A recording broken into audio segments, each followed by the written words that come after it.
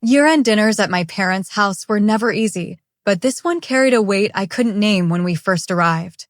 The kind of tension that doesn't announce itself loudly, just settles into your chest and tightens every breath. The driveway was full of cars, voices already spilling out through the front door, laughter that sounded practiced instead of real. I remember hesitating before ringing the bell, my hand hovering for half a second longer than usual. I should have trusted that instinct. Inside, everything looked perfect. The table stretched across the dining room, dressed in expensive plates and polished silverware. Candles flickered like this was a magazine spread instead of a family gathering. My mother moved around briskly, smiling without warmth, correcting things that didn't need correcting.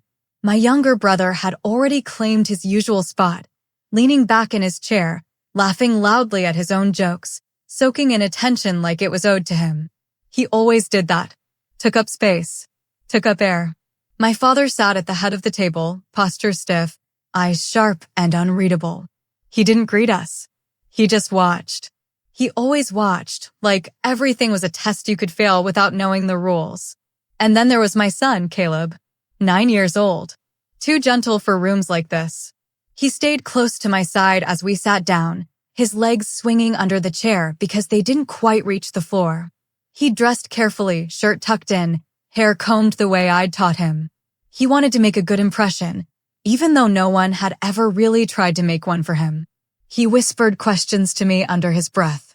Where should I put my napkin? Is this fork for salad or dinner? He was nervous, but trying. Always trying. Dinner started the way these things usually did. Surface-level conversation. Compliments that felt like obligations. My mother served food with rigid efficiency, placing plates down with a little too much force. The room buzzed with a low, uneasy energy, like everyone was bracing for something without knowing what. I kept my eyes on Caleb, reminding him quietly to eat slowly to stay calm. I knew how quickly moods could turn in this house.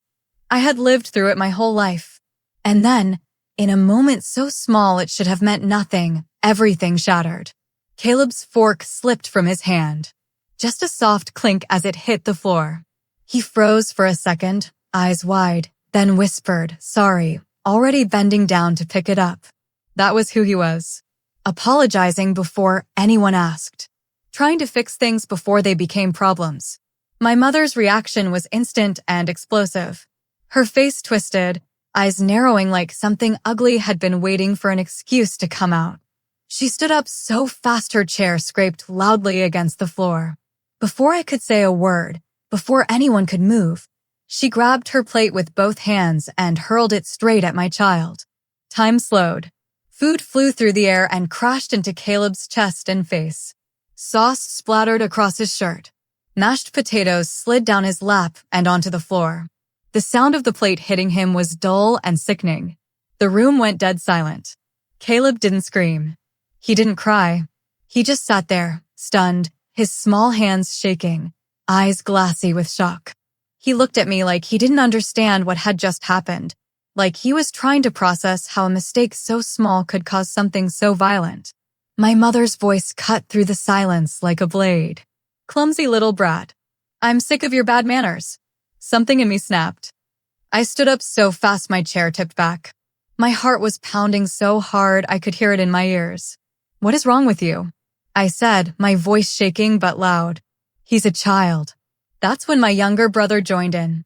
He slammed his hand on the table, eyes blazing with anger that felt rehearsed, eager. Get out, he shouted. Both of you. And don't ever show your faces here again. I turned to my father. I don't know why I still hoped, even after all these years. Maybe some small, foolish part of me believed he would finally step in. Say something. Protect his grandson. Acknowledge that what had just happened was wrong. He didn't. He didn't raise his voice. He didn't argue. He didn't even look surprised. He just stared at us. Cold. Disapproving. Contempt written clearly across his face. That silence hurt more than the screaming. It confirmed everything I'd tried not to believe. That this wasn't about discipline or manners or respect. This was about control.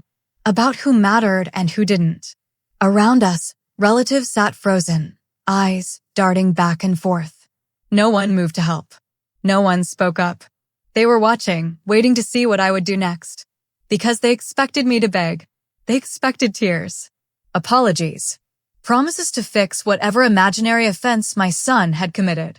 They expected me to smooth it over, to take responsibility, to accept blame for something unforgivable done to a child. I looked down at Caleb. Food clung to his clothes. His face was flushed, lips trembling as he fought back tears.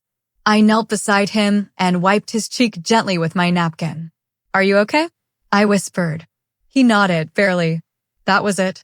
I stood up slowly, my movements deliberate. The room felt heavy, charged. Every eye was on me. "I understand," I said calmly, my voice steady in a way that surprised even me. "If this is how you treat children, then we don't belong here." My mother scoffed.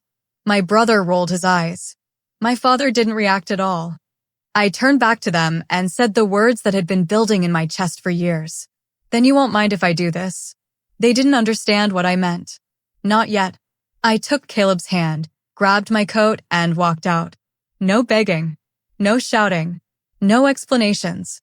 30 minutes later, the consequences of that dinner began to unfold in ways none of them expected.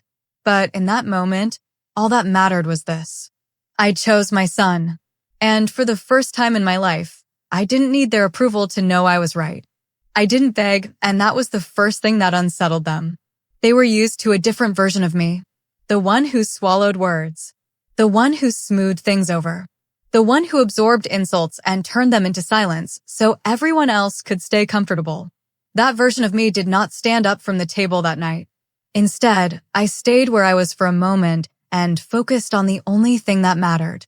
My son. Caleb sat frozen in his chair, food dripping from his shirt onto the floor, his hands hovering uselessly in the air like he wasn't sure what he was allowed to touch anymore. His eyes darted around the room, searching faces for cues. Was this normal? Was this his fault? Was he in danger? That broke something in me. I reached for a napkin slowly, deliberately, the way you move when you don't want to scare a child further. I wiped the sauce from his cheek, then his chin. My hands were steady, but inside my chest everything was roaring. Anger. Shock. A deep, aching shame that I had brought him into this house believing, foolishly, that blood meant safety. Caleb's lower lip trembled, and then the tears came. Not loud sobs. Quiet ones. The kind that slip out when a child is trying very hard to be brave. I pulled him against me, feeling his small body shake, and whispered into his hair, "It's okay. You didn't do anything wrong. Not one thing." That should have been the end of it.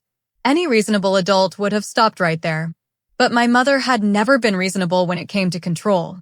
She scoffed loudly, as if comforting my own child offended her. "You've always raised him wrong," she said, her voice sharp with disgust. "Just like you turned out. No discipline. No respect." Each word landed like a slap, not because it was new, but because she said it in front of him. About him. My younger brother leaned back in his chair, arms crossed, wearing that smug expression he'd mastered over the years. The one that said he enjoyed this.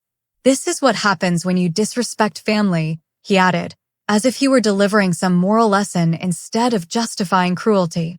I looked at him, really looked at him, and realized something with startling clarity. He wasn't defending order. He was defending power. And he loved that, in this moment, he had it. Slowly, I stood up. The scrape of my chair against the floor sounded impossibly loud in the sudden silence. Conversation stopped. Forks paused midair. Even my mother quieted, watching me with narrowed eyes, as if trying to predict whether I would explode or collapse. I didn't either. I looked around the table. At relatives who had laughed with us minutes earlier and now couldn't meet my gaze. At my mother, still standing, her jaw tight with righteous fury. At my brother, waiting for me to react the way he expected. Then I looked at my father. He hadn't moved, hadn't spoken. He sat at the head of the table, hands folded, staring straight ahead with an expression I knew too well. Contempt. Not shock. Not regret. Contempt. That silence hurt more than the plate ever could have. For years, I had told myself he was just passive, that he didn't like conflict, that he didn't know how to intervene. But in that moment, Watching his grandson sit covered in food while he said nothing, I understood the truth. Silence was his choice. And it always had been. The room waited for me to do what I'd always done. To apologize. To de-escalate. To beg for peace, even if it meant swallowing my dignity and my child's. Instead, I said calmly, clearly, "Then you won't mind if I do this." Confusion rippled across their faces. My mother frowned. My brother laughed, a short, dismissive sound. "Do what?" he asked. I didn't answer. I bent down, picked up my bag, and reached for Caleb's hand. He looked up at me, eyes red and scared, but when our fingers intertwined, I felt his grip tighten. Trust. Even now, I turned and walked toward the door. No yelling. No dramatic speeches. Just the quiet certainty of someone who had finally reached her limit. Behind us, my mother's voice exploded again. "Don't you dare walk out like this." I stopped at the doorway and turned my head just enough for her to hear me. "You already kicked us out," I said evenly. "I'm just respecting it." That stunned her more than if I'd screamed. Because for once, she couldn't accuse me of overreacting. She couldn't twist the story. Her words were still hanging in the air, undeniable. We stepped outside into the cold night, the door closing behind us with a final, hollow thud. The air hit my face like a shock. Crisp. Clean. Real. Inside that house, everything had felt thick and suffocating. Outside, even the cold felt like relief. Caleb's steps slowed on the driveway. He tugged on my hand, his voice small. "Mom, are we in trouble?" I knelt down in front of him right there, under the porch light, ignoring the sting of cold seeping through my clothes. I cupped his face gently, making sure he was looking at me. Really looking. "No," I said firmly. "We are not in trouble. Not now. Not ever." He hesitated. But Grandma was mad. I swallowed hard and chose my words carefully, because this was a moment that would live in his memory forever. "Sometimes adults do things that are wrong," I said. "And when they do, it's not the kid's job to fix it." He nodded slowly, absorbing that. Then I said the thing I should have said years ago. "They are the ones in trouble, not us." Something in his shoulders relaxed at that. Not completely, but enough. We walked to the car, buckled in, and drove away. I didn't look back. I didn't need to. For the first time, I wasn't carrying the weight of their approval with me. As the house disappeared in the rearview mirror, I felt a strange mix of emotions. Grief for the family I had wished they could be. Anger for the years I'd spent making excuses for them. And underneath it all, a growing sense of resolve. That night wasn't just about a plate of food. It was about boundaries being crossed so violently that they could no longer be ignored. It was about realizing that protecting my child mattered more than preserving a fantasy of family harmony. It was about choosing discomfort now over damage later. They thought kicking us out would humiliate me, break me, teach me a lesson. What it actually did was free me. Because when you stop begging people to treat you with basic human decency, you start seeing them clearly. And once you see them clearly, you can finally walk away without guilt. Here's the part they never understood, and honestly, the part one stopped trying to explain a long time ago. For years, I had a role in that family. Not one I chose. One that was quietly assigned to me and reinforced every time I didn't push back. I was the disappointment. The cautionary tale. The example they used when they wanted to scare each other's kids into obedience. The one who could have done better if only I had listened more, stayed quieter, needed less. I moved out early, not because I was rebellious, but because I could feel myself shrinking every time I stayed. I stopped asking for approval because I learned, slowly and painfully, that it was always conditional. Love came with rules. Respect came with obedience. And dignity was something you earned by staying in line. So I built a life outside of their sight. Not loudly. Not in a way that showed up on social media or impressed relatives at dinner parties. I didn't have flashy titles or dramatic success stories. What I had was consistency. Skill. A reputation built quietly, contract by contract, relationship by relationship. I worked in vendor management for a regional hospitality group. Hotels, event spaces, large-scale dinners, corporate retreats, charity galas. The kind of events where everything looks effortless to the guests, but only because dozens of people are working behind the scenes to make sure nothing goes wrong. I was one of those people. My job wasn't glamorous. It was logistics, coordination, problem solving before problems ever surfaced, staffing schedules, catering contracts, equipment rentals, contingency plans. I was the person venues called when something broke an hour before guests arrived. The person vendors trusted because I didn't panic and I didn't disappear. Year-end dinners like the one we'd just been kicked out of? I organized those. Not for my family, but for companies that paid well and expected perfection. And the irony wasn't lost on me.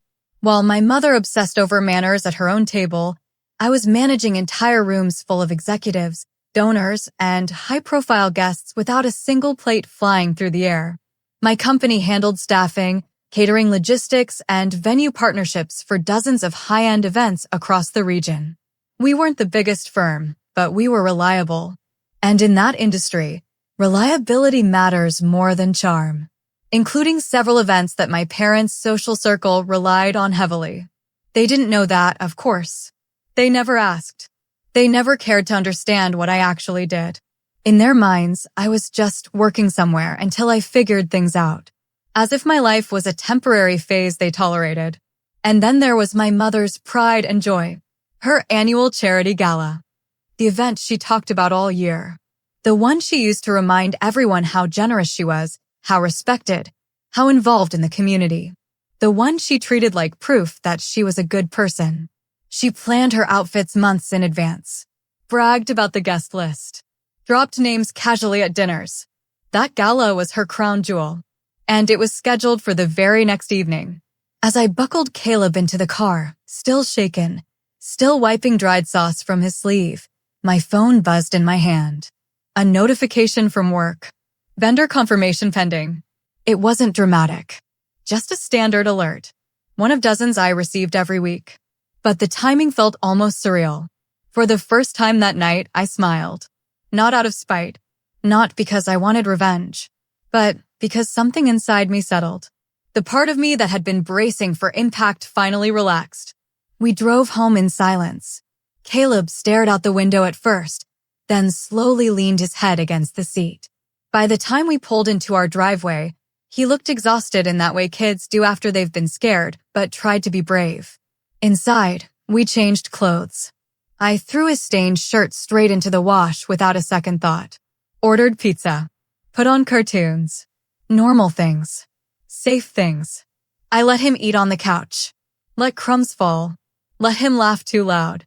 He curled up next to me and eventually fell asleep with his head on my shoulder, trusting, warm, breathing slow and even. I sat there longer than I needed to, not wanting to disturb that peace, because that peace mattered more than any argument I could have had back there.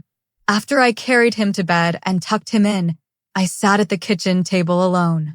The house was quiet. No shouting. No judgment. Just me and my phone. That's when I made one call. I didn't rehearse it. I didn't dramatize it. I didn't explain the family history or the dinner or the plate or the humiliation. I simply said, we're pulling our team from tomorrow's event. Effective immediately. There was a pause on the other end. Not shock. Just professional surprise. Is everything okay? They asked. I answered honestly. No, but it will be. And that was it. No yelling. No threats. No scene. Just a boundary enforced with consequences. Because here's what my family never understood. I wasn't powerless. I was just quiet. I wasn't dependent. I was independent in ways they didn't bother to notice. I didn't need to scream to be heard. I didn't need to beg to matter. I had leverage. I just never used it against them before. That night, as I turned off the lights and finally let myself breathe, I didn't feel victorious. I felt resolved. Calm.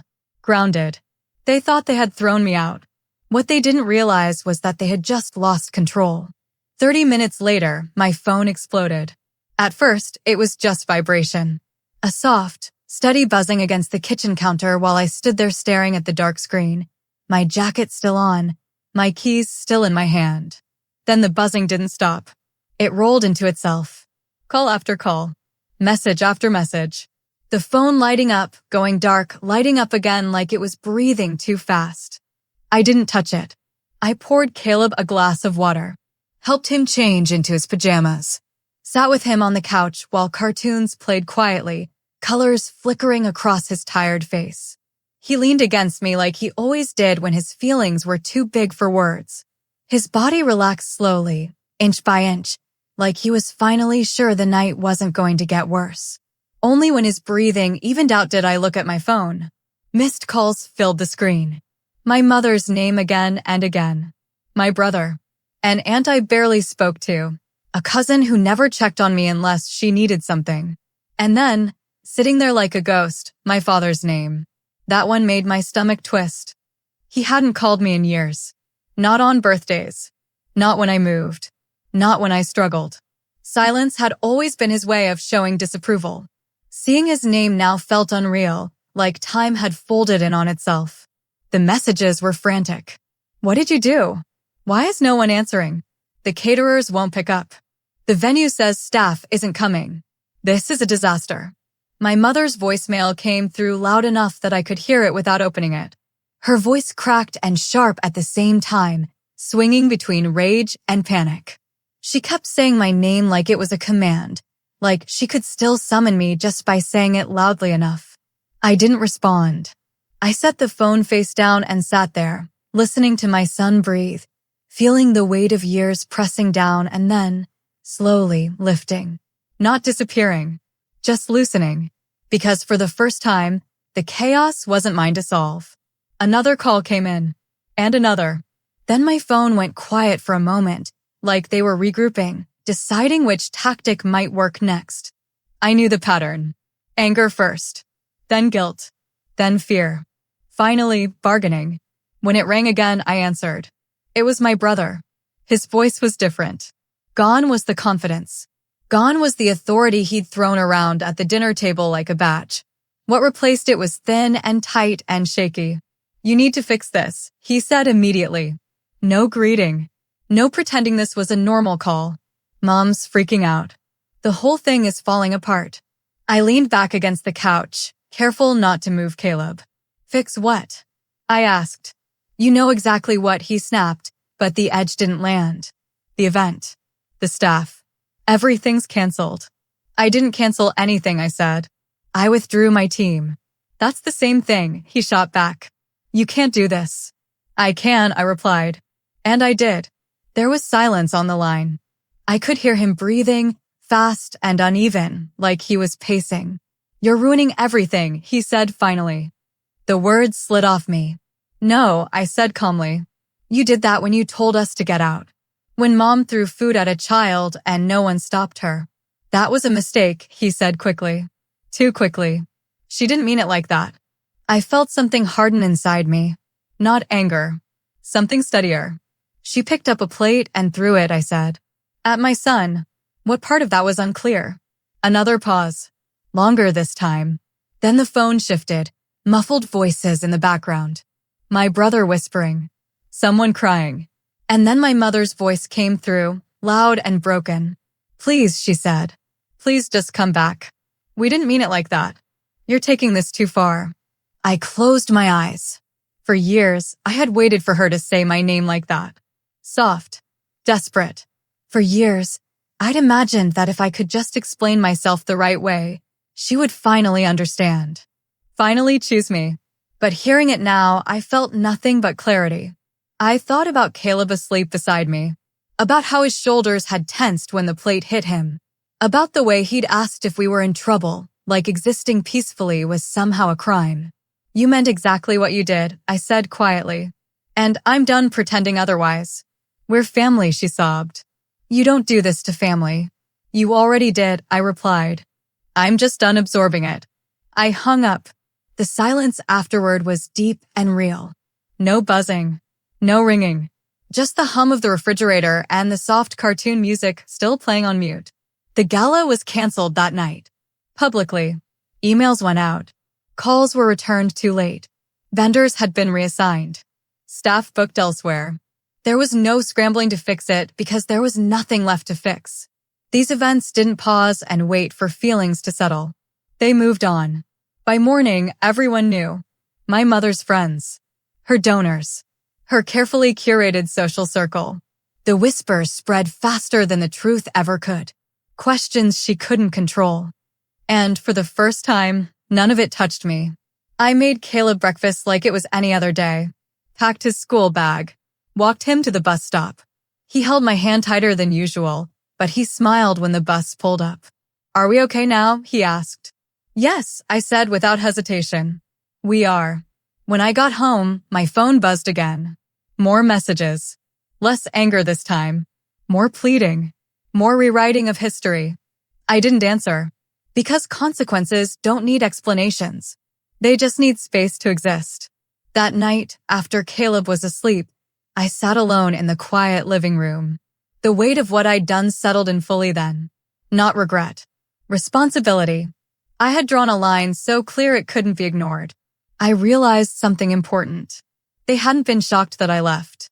They were shocked that I didn't come back. That I didn't rush in to smooth things over. That I didn't sacrifice my child's dignity to protect their reputation. That I chose peace over permission. And once people see that you're capable of that, they can't unsee it.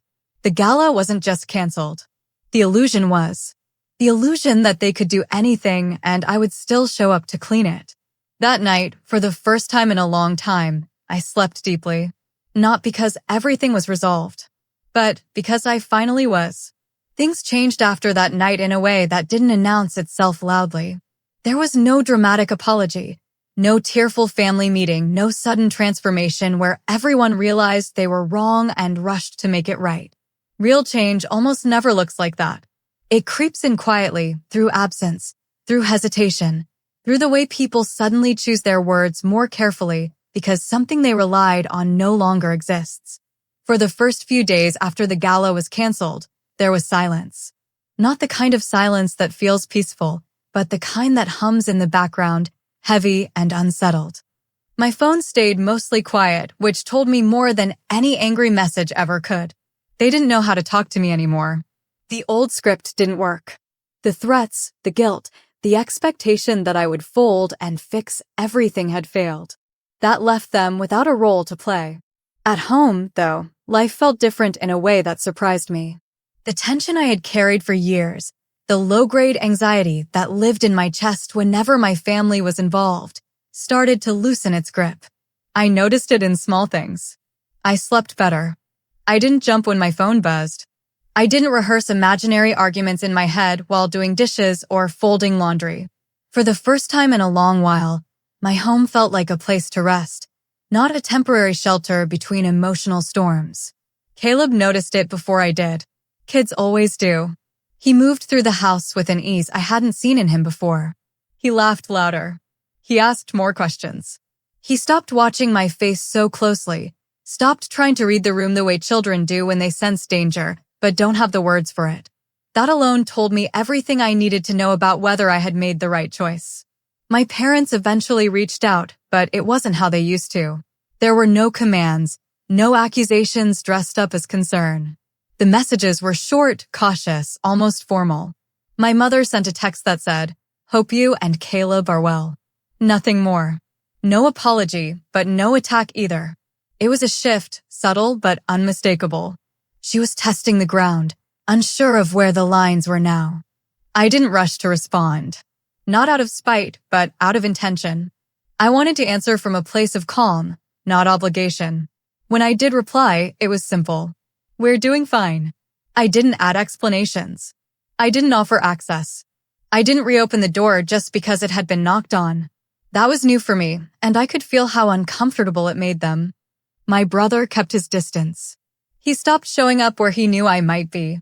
He stopped making jokes at my expense through relatives. The loud confidence he'd always carried was gone, replaced by something tighter, more careful. He had learned, in the most public way possible, that pushing me had consequences. Not explosive ones, not dramatic ones, but real ones that cost him something he cared about.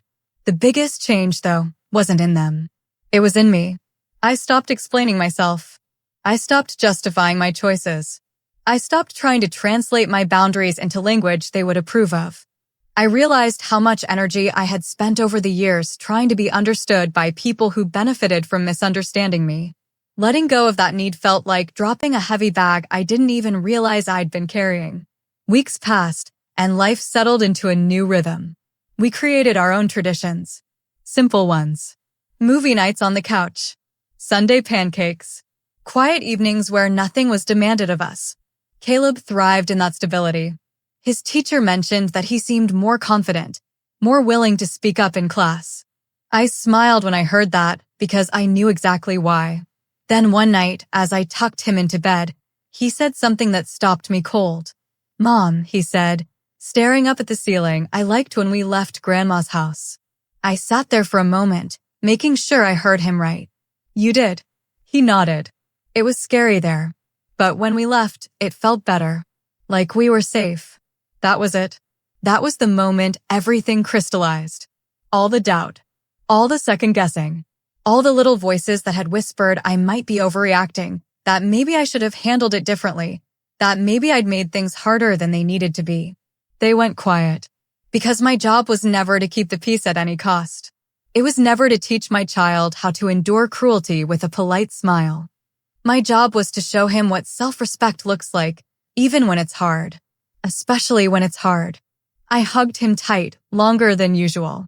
"I'm glad," I said. And I meant it. From that point on, I stopped framing what happened as something that was done to me. I started seeing it as something I chose. I chose to protect my child. I chose to walk away. I chose to use the power I had instead of pretending it didn't exist to make others comfortable. My parents never fully apologized. I don't know if they ever will. But they adjusted. They stopped treating access to them like a privilege I had to earn. They learned, slowly and reluctantly, that if they wanted a place in our lives, it would be on terms that included basic respect. And if they didn't, we would be fine anyway. That realization was freeing in a way I can't fully put into words. Knowing that my well-being and my son's did not depend on their approval changed how I moved through the world. I stood a little straighter. I spoke a little more clearly. I trusted myself more. They thought kicking us out would break me. They thought humiliation would force me back into line. They thought silence would scare me into submission. They were wrong. What they did was show me exactly where I stood in their world, and that clarity gave me the courage to build a different one. A quieter one. A safer one. One where love doesn't come with conditions, and mistakes don't result in public punishment. One where a child can drop a fork without fear. The moment I stopped begging for space at their table, I built my own. And at that table, my child is always welcome. Always protected. Always enough. That is the legacy I chose. And no one gets to take that away. If this story hit you even a little, do me a favor. Hit like so this reaches someone who needs to hear it. And subscribe if you believe setting boundaries isn't disrespectful, it's survival. I read the comments more than you think, so tell me this. Where are you watching from right now? City, state, or country? Drop it below. And if you've ever had to walk away to protect your child, your peace, or yourself, say something. You're not alone here. This channel is for real stories, real consequences, and real growth. And if you're still watching, you're already part of that. I'll see you in the next one.